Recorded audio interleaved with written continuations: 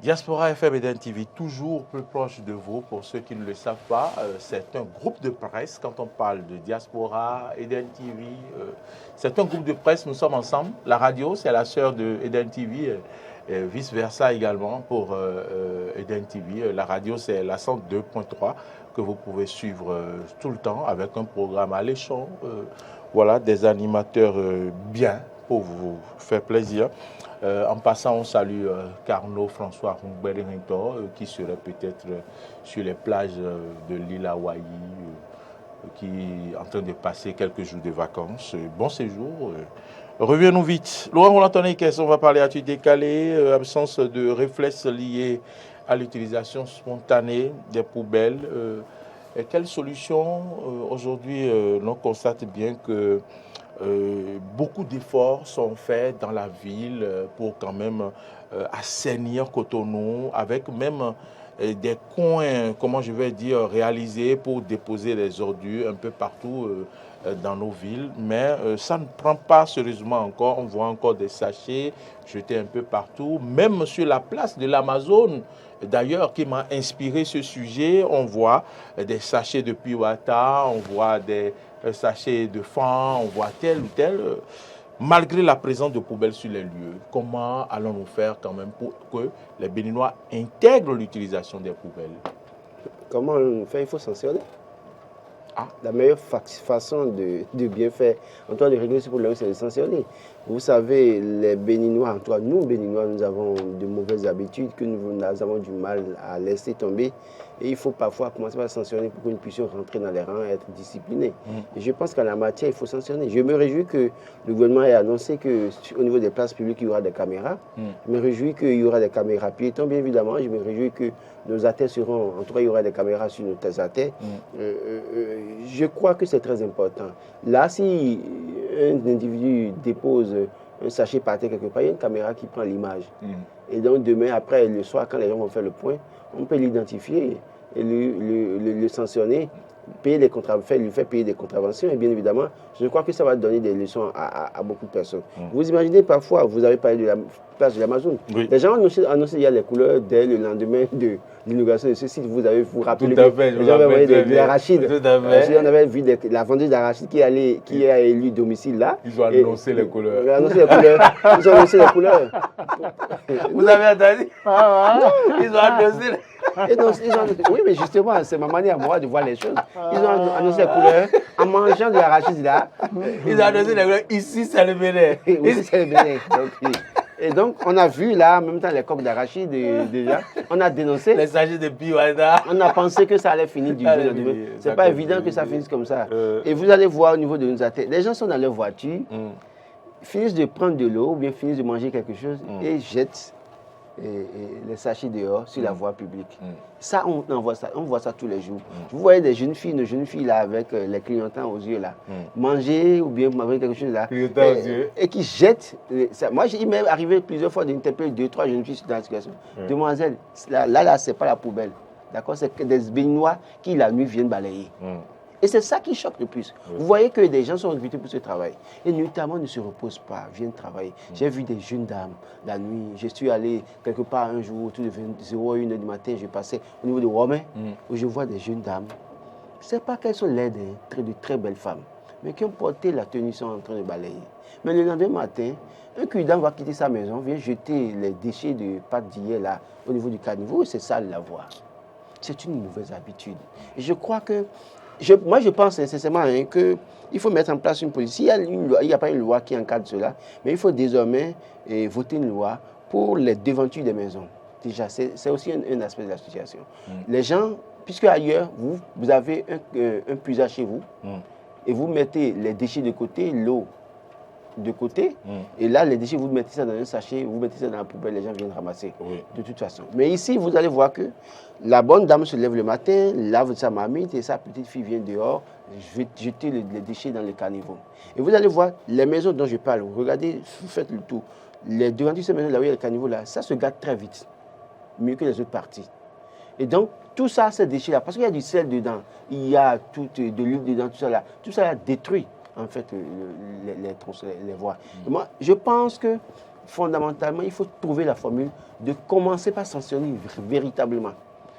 Les caméras sur les places publiques dont on a parlé, il faut les mettre très vite. Celui qui viendra avec sa copine, acheter un sandwich de 500 francs, finir de manger, jeter le sachet par terre pour nous, là. Il faut que la caméra puisse capter la personne là, pour lui apprendre que le lieu public, ça s'entretient. Parce que déjà, même les sachets, les déchets qui sont jetés, ça va tuer les fleurs qui sont mises là. Absolument. Et donc, il y a autant de choses. Je pense sincèrement que l'habitude, pour que les Béninois retrouvent l'habitude, regardez les points de rassemblement des déchets que la Société Générale de gestion des déchets à réaliser au niveau de certains carrefours stratégiques. Tout à fait. Par exemple, sous l'échangeur de Goudron. Même à Tokwa, les gens viennent voir les poubelles là et mettre les déchets par terre à côté de la poubelle. Vous voyez que la poubelle est là et puis à quelques centimètres, ils déposent ça. La poubelle là, ils s'en vont. Il y a un problème. Il y a un problème de réduction. Je me pose la question de savoir si les gens là réfléchissent véritablement. Parce que comment voir la poubelle là et être incapable d'ouvrir la poubelle? Il y a aussi que, regardez, la dernière fois, la nuit, devant ma maison, je voulais à peine garer pour rentrer quand j'ai vu une voiture mettre le clignotant. Et quand la dame a vu que j'ai garé, elle a dû continuer et m'a dépassé. Elle m'a dépassé à peine de, je dirais, 200 mètres. Il y avait de la sécurité devant. Et qu'est-ce que je constate? Elle ouvre la malle arrière. Et qu'est-ce que je vois? C'est que des déchets remplis. La voiture était remplie de déchets. Bon, elle sort avec ses enfants. On jette par là, on jette par ci, on jette par là, on jette par ci. Je dis, c'est pas possible, comment ça peut arriver? Je m'approche, je dis, mais madame, vous faites quoi là? Ah là, j'ai pris le matériel, j'ai dit, je vais vous dénoncer. Et quand la dame m'a revu, apparemment elle m'a reconnu, elle dit, non, ne vous fâchez pas. Et elle a commencé par reprendre tous les déchets dans la voiture. Elle a tout repris. Je lui ai dit, si vous ne prenez pas tout, je vous dénonce. Elle a repris tout. Elle a dit, oui, je vous connais. Je sais que si vous commencez à parler là, j'ai des problèmes. Elle a pris sa voiture, elle est partie. Mais qu'est-ce qui s'est passé? Je rentre dans ma maison. Mais le lendemain matin, la dame là est revenue de jeter les ordures là. Ah bon? Et je crois qu'il y a aussi ces comportements qu'il faut décourager. Pour dire, les gens doivent pouvoir comprendre que les déchets... Parce que si elle, par exemple, n'a pas voulu mettre de poubelle dans sa maison pour que ceux qui font la collecte viennent chercher les ordures. C'est ça le véritable problème. Beaucoup de personnes, parce qu'ils vont payer, elles vont payer, pardon. Après, quand on va demander comment ça va payer, elles vont payer. Ces personnes ne veulent pas avoir de poubelle devant leur maison parce que le peu d'argent qu'ils vont payer pour ces services-là, elles ne veulent pas payer. Donc, il y a autant de choses. Il y a une association des conducteurs de Tastiville, une Acotaville, si je ne me trompe, qui a instauré à un moment donné quelque chose, en mettant des poubelles dans tous les taxis qui quittent Tokwa. Et ils ont fait un lancement au niveau du Saint-Michel pour que dans chaque taxi, qu'il y ait une poubelle. Quand vous êtes dans le taxi, vous finissez de manger, c'est les déchets, vous mettez dans la poubelle. Où en sommes? Quel est le bilan aujourd'hui? Beaucoup de taximens ont jeté les poubelles chez eux. Et donc finalement, quelqu'un prend un taxi, jette les poubelles, en tout cas les déchets dans la nature. Je crois qu'il faut revenir à ces fondamentaux-là et commencer par sanctionner. Sérieusement, je suis pour la sanction. D'accord. Laurent, je dis, Adrien Tumakou, oui, vous... Oui, et Laurent dit l'essentiel, mais ce que moi je voudrais ajouter, c'est quoi? C'est que il faut comprendre que c'est un problème d'éducation à la base. Tout part de l'éducation. On voit prendre votre air sérieux là. C'est quoi? Mais c'est un problème sérieux les gens, le problème est vraiment sérieux qu'il faut le dire, il faut sensibiliser les gens. C'est un problème d'éducation à la base. Beaucoup de Béninois, excusez-moi, sont mal éduqués. Ah oui, tout part de l'éducation à la base. Sinon, comment comprendre que tu vois une poubelle, mais au lieu de te rapprocher de cette poubelle pour jeter, pour mettre ton déchet dedans, on reste de loin, on lance. Oh, tu es maladroit. Tu restes de loin, tu lances. Ça peut tomber dedans comme ça peut tomber de l'autre côté. On voit la poubelle, on ne dépose pas, on ne se dirige pas vers la poubelle, mais on jette le déchet ailleurs. Les scènes sont vraiment horribles, où des gens sont sur motozème, ils terminent de boire, sucer des oranges ou consommer de l'opioata, on jette seulement les sachets. C'est à Accra tu vas faire ça. Quand le policier te file, te prend à Accra, on te contraint, tu retournes, tu quittes de là où on t'a arrêté, on te ramène, tu reprends ça. Et maintenant, tu es verbalisé.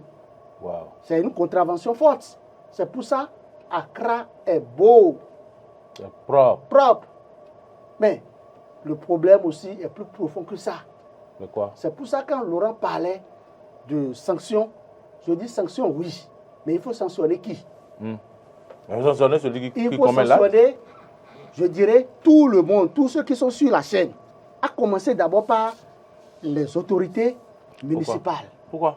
Écoutez, quand vous prenez à Bomé-Calavi, c'est un exemple. C'est l'autorité municipale vous prenez, qui jette les feux d'Akassa des véhicules. Vous prenez à Bomé-Calavi, vous prenez Cotonou, vous prenez Dassa, Boycon, vous prenez Parakou. Est-ce que dans tous les carrefours, d'abord, à commencer par les carrefours, d'abord, à commencer par les feux tricolores, est-ce que dans là où il y a les feux tricolores partout là, est-ce qu'il y a des poubelles là? Non. Est-ce que dans tous les carrefours, il y a des poubelles? Non. Vous voulez quoi? Donc, c'est pour... Les gens vont jeter les ordures où? C'est-à-dire ça commence par le haut d'abord. Donc que chaque commune prenne ses responsabilités. Les chefs d'arrondissement doivent s'assurer que dans chaque carrefour de leur arrondissement, il y a une ou deux poubelles. Et qu'on doit changer à tout moment. Ça doit être une question d'organisation. C'est bien, nous voyons la nuit, notamment les gens balayer, nettoyer, mais ce n'est pas ça. Ce n'est pas que ça. Il faut prévenir d'une manière ou d'une autre, en installant d'abord les poubelles un peu partout. Le gouvernement, dans l'un des conseils des ministres, dans l'un des relevés des conseils des ministres, avait demandé à ce que les gens payent les poubelles. Ils ont un nom là. Les poubelles qui s'élèvent à 25 000 francs. C'était trop élevé, le coût est cher. Est-ce que vous avez pu payer cette poubelle à 25 000 francs sur vous? Non, moi-même non. Après que la décision a été levée, on avait demandé aux gens de pouvoir acheter des poubelles, en tout cas conformes. C'est que ce n'était pas nécessairement ça qu'il faut acheter. Et je crois que beaucoup de personnes ont fini par acheter les poubelles noires que nous avions l'habitude de voir ordinairement. Et d'ailleurs, même, ils n'ont plus fait tenir rigueur par rapport à ça. Je crois que c'est levé. Il faut que la police environnementale joue convenablement. La police environnementale. Oui. Est-ce qu'elle existe encore? Il faut que cette police joue convenablement. On ne la sent pas. Sa partition. On ne la sent pas. S'ils sont en train de nous écouter. Verbalise les gens. Oui, on ne la sent pas. Il y a des contraventions régulières. Si la police environnementale nous suit. Il faut qu'il y ait des descentes à des endroits donnés. Évidemment, Laurent parlait des caméras des 500 ou bien 5000, des 5000 caméras. 500 caméras. C'est 500 caméras qu'on veut installer à Cotonou. Vous les complétez. À Cotonou, à Bomé-Calavi, subventionné. Parakou. Mais je pense que c'est déjà un grand pas. Mais l'autre pas aussi que le gouvernement a abordé, qui est encore bien, c'est d'avoir autorisé toutes les mairies à avoir la police municipale.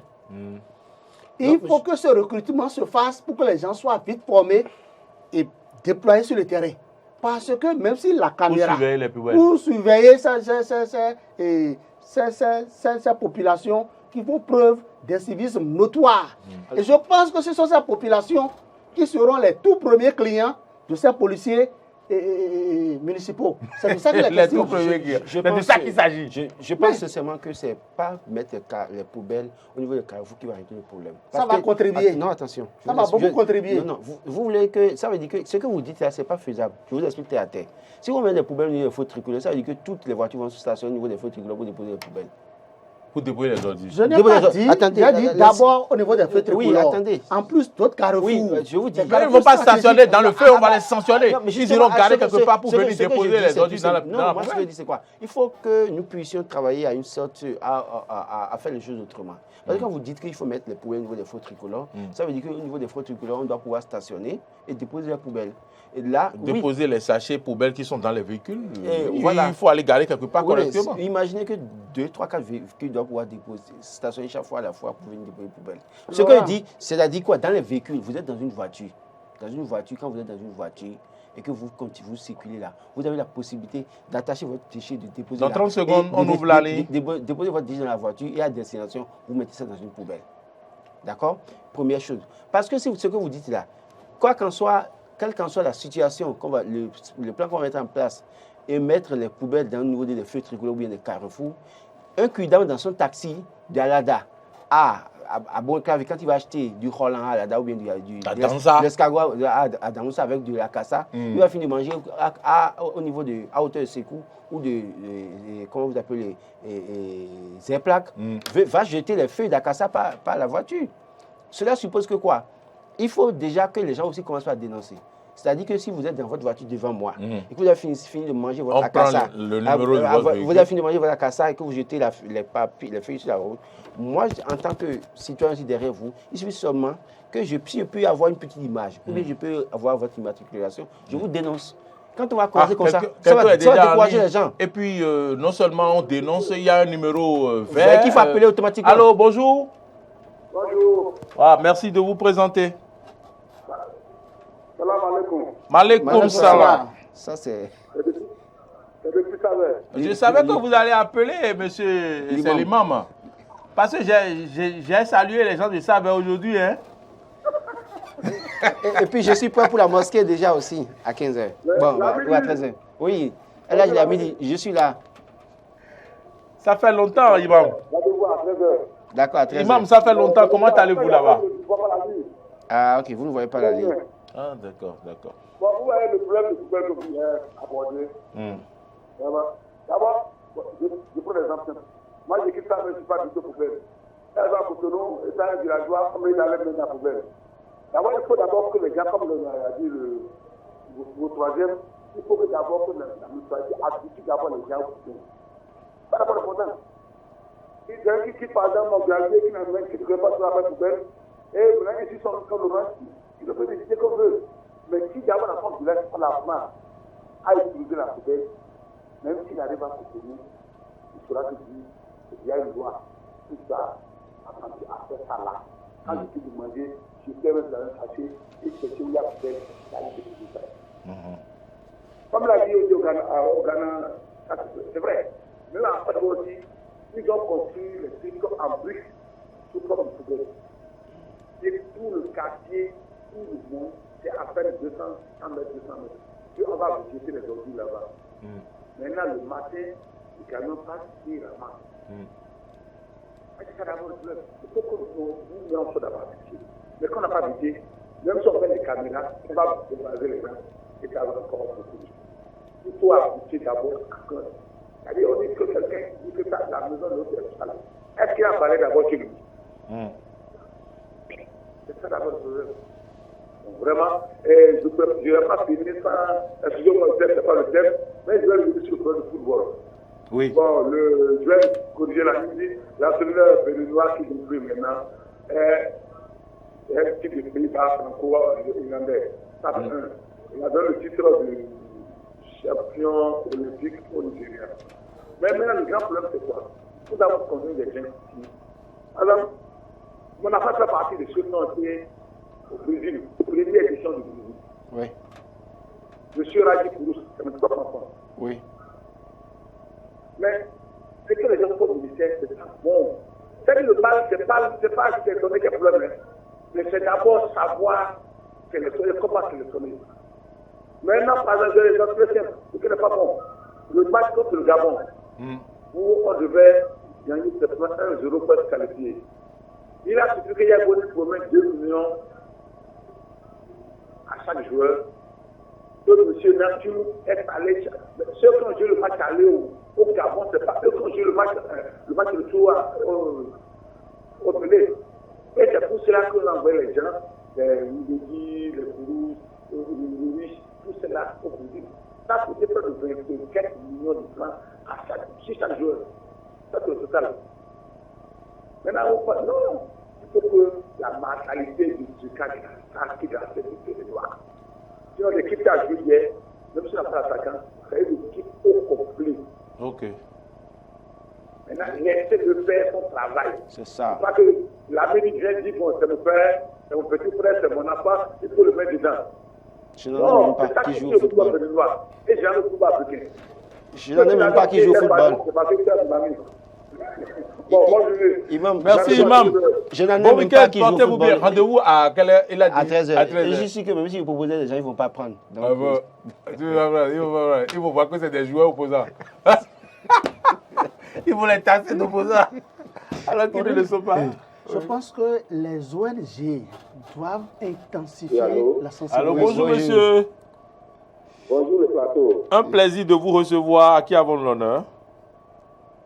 C'est monsieur Mehou Azantele Rigobert. Rigobert, monsieur Rigobert. Comment allez-vous? Oui, je bénis le Seigneur. D'accord, allez-y. Et vraiment, je prie les Béninois. La propriété de nos villes et campagnes, c'est affaire de tous. Que les gens ne passent pas de n'importe quoi. Et après, si on les jette dans les prisons, d'autres vont commencer par dire et 20 ans, et 5 ans, et regardez, le gouvernement ne devait pas faire comme ça, on va faire non. Sincèrement, nous devons réfléchir beaucoup avant d'agir. C'est pas ce public, c'est pour nous, non. Si le propre, c'est le Bénin qui est propre, et c'est chacun de nous qui se décide, qui est propre. Et nous devons, ce n'est pas l'affaire du gouvernement, c'est chacun de nous qui devrait accompagner le gouvernement dans ce travail. Regardez maintenant, et par exemple, je vais prendre un exemple, à Katato, le marché de la Katato. Hier, moi j'ai quitté pour tourner à faire des rôles, et arrivé au niveau du marché, les bonnes actions étaient parties.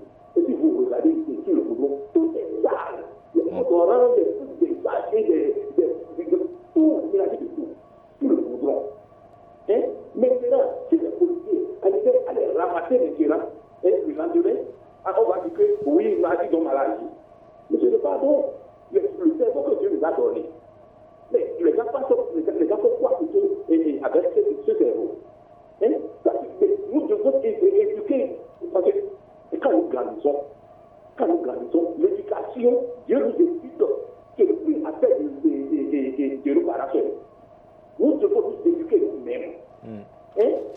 Si les parents n'arrivent pas, mais vous-même, vous devez nous éduquer. Nous sommes dans une société.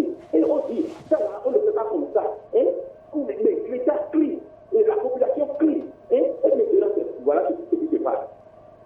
Non, ce n'est pas bon. Je vous remercie.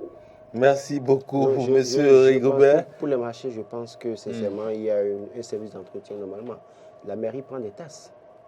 Oui, mais il n'y a pas de service d'entretien. Justement, ça veut dire que ça revient à ceux qui dirigent au niveau du code des communes. Parce que quand vous prenez les tasses, c'est pourquoi? C'est pour le fonctionnement du marché et c'est pour l'entretien du marché. Et quand la femme finit de vendre, il y a un jour de marché, les gens finissent, le service doit pouvoir faire le travail. Malheureusement, ça ne se passe pas. Bonjour, monsieur. Monsieur Innocent, bonjour. Le BR.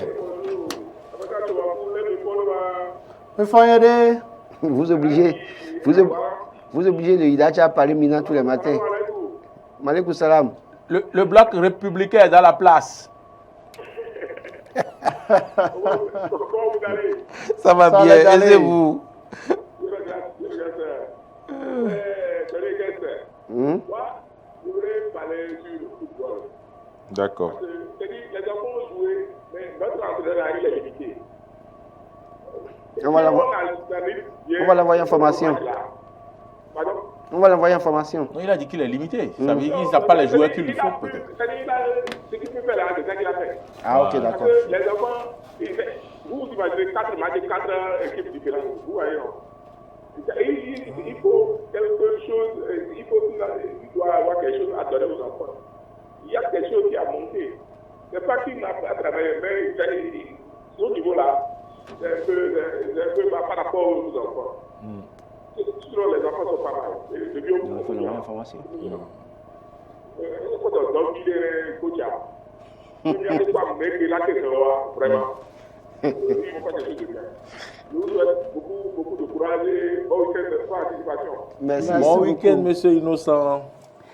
Monsieur Bouril, ce que je suggère comme proposition aussi, c'est que le gouvernement, il faut que le gouvernement inscrive dans son plan d'action le fait que par an, on doit décorer, on doit rendre hommage. Décorer. Oui, écoutez, on doit décorer la mairie et qui... Oui, la ville dont la ville qui a été la plus propre, on décore. La ville la plus propre. Le maire ou bien les autorités. Les autorités de genre cette commune. instaurer une compétition façon pour motiver les gens à garder leur ville propre. Ça va motiver les conseillers communaux, les chefs d'arrondissement, les maires à œuvrer de pareilles initiatives dans les écoles à œuvrer la plus propre. À ce que leur ville, leur cité, leur commune soit la plus propre. Et si on dit par exemple que la mairie la plus propre aura telle chose comme bonus, ou bien on lui offre 10 millions ou bien 30 millions pour pouvoir continuer à maintenir sa cité propre. Chacun sera gendarme de l'autre en ce qui concerne. Ça va les motiver davantage. Je crois que c'est une bonne initiative qu'il faut souhaiter des gouvernants, notamment de l'État central. Parce qu'en la matière, oui, vous voyez, c'est quand on parlera de compétition, de prix à donner, vous allez voir comment est-ce que toutes les communes vont s'arranger pour travailler pour la propreté, bien évidemment. Mais aussi longtemps qu'il n'y aura pas peut-être un intérêt en avant ou une motivation. Une motivation. Je parie que les gens vont... on va beaucoup parler, on peut faire cette émission-là 10 fois, vous allez voir que rien ne va changer. Non, et puis, si aussi on encourage, pourquoi pas de primer des gens, les habitants des rues, des ruelles la plus propre d'un quartier. Je pense quand même que... ça va, oui, c'est pour dire il faut le faire, parce que c'est aussi longtemps que quand on va commencer par faire des trucs comme ça, pour dire on va primer, on va... vous allez voir que ça va changer. Mais désormais, il faut que les Béninois comprennent que dehors aussi, c'est chez soi, bien évidemment. Ce n'est pas parce que ce n'est pas chez vous seulement il faut balayer, mais dehors aussi, c'est chez vous, il faut balayer, il faut rendre ça propre. Quelqu'un en ligne? Allô? Ah, bonjour. Bonjour, monsieur. Oui, vous êtes déjà en direct avec nous. Présentez-vous, s'il vous plaît. C'est monsieur Yacine. Monsieur? Yacine. Yacine. Oui. Ok, vous nous appelez d'où? Je vous appelle de Missirité. Missirité, ok. Oui. D'accord, allez-y. Avez-vous des solutions? Le sujet là, c'est un sujet très délicat. Très délicat. Vous êtes en train de parler dans votre émission. Mais moi, je tiens à vous dire que c'est l'éducation de base. L'éducation de base qui manque pour nous les Béninois. Parce que même si tu as fait ça beaucoup et que quelqu'un jette à le fenêtre de sa voiture un cachet et qui essaie de lui reprocher ça, automatiquement il va t'insulter. C'est ça. Il va t'insulter à lui, toi qui es toujours lui dit ça. Maintenant, et ça aussi, il y a des gens, il y a 8h, 9h, il va voir des gens en pleine vie comme ça, qui dans la bouche, et ils vont cracher devant toi. Et tout le crachat là va tomber sur toi. C'est un avant-hier. En fait, de projeter ça là, automatiquement, il va encore t'insulter.